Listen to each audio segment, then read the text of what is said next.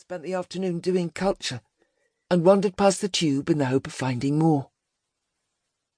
Wes said, "Dumb fuck bunny's about to have a shit fit." Dig drew on his cigarette and breathed out heavily, the cloud adding to the afternoon's mistiness, to the damp, the grime, the oil-patterned puddles at the curbs. Wes said, "Fucking twat legs'll wish he'd stayed home," and threw his own cigarette into the gutter. The real clouds, what showed of them above the office blocks and skyline furniture, were an angry grey mess. The pavements shone weakly, stealing light from nearby windows. Dig tugged at his top's broken zipper. There was smoke in the air from some distant accident, and more in his lungs from a stolen Marlborough, and water poured down his neck in a fine white wash of reality. And the woman was moving again, coming towards them, the bag slapping happily against her hip, and his insides clenched with the inevitability of everything. And he looked at Wes, voice hardly cracking at all, when he said, "Ready?"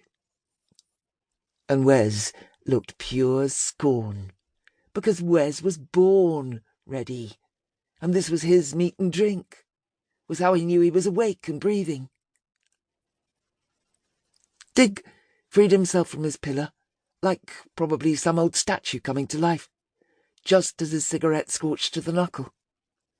He shook his hand, and it jumped away, scattering sparks against the bagel joint's fogged window.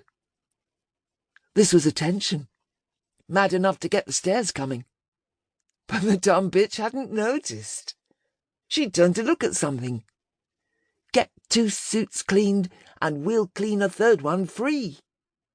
So missed the fireworks. Missed, too, Wes's split-second fury. "Can't," he mouthed, then turned and headed towards black and red, sidestepping to her right, maybe 20 foot in front. Dig watched the stub tumble cartwheels in the draught, bloom one last time against a greengrocer's crate, then he set off to take his place in the dance. Once, the bitch mother had taken him to the ballet. That was what she'd called it, the ballet. He thought there was only one, and it was strange how some things you carried regardless, along with a couple of scribbled-over nursery memories and a trace of her perfume he'd caught last night up west.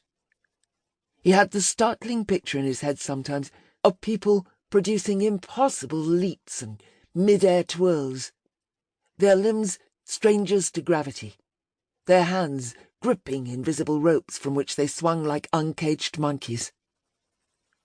"So beautifully choreographed, darling," she said afterwards, practising for her friends while she lit a cigarette, and stared into the crowds in the hope of somebody interesting. And so beautifully choreographed, he thought now, as Wes slipped the bag from the woman with a touch light as a ghost's, and turned and tossed it to Dig so sweetly it fell into his open arms even as he started to run. And this was what Dig did best. This was why Wes let him hang. It was Dig's run. Nothing to flat-out whirlwind in .0. Wes tarried long enough to do the rest. He pushed the woman sideways. With just enough footwork, she hit the deck. Then took off too. But Dig was away by then, darting like his feet were on fire the length of the arcade, and up the red brick walkway and into the concrete labyrinth. It was heavy. That was the first and most important thing. This bag was heavy. Like the bitch collected bricks or something. Except whatever it wasn't bricks. And even while he was running, imagined contents took root in his head. What did she have in here? This bottomless black leather bag with its big clasp. Maybe she was shopping in town for tomorrow's blast, and this held her party gear. Not just the money, the credit cards, the stuff, but strings of jewels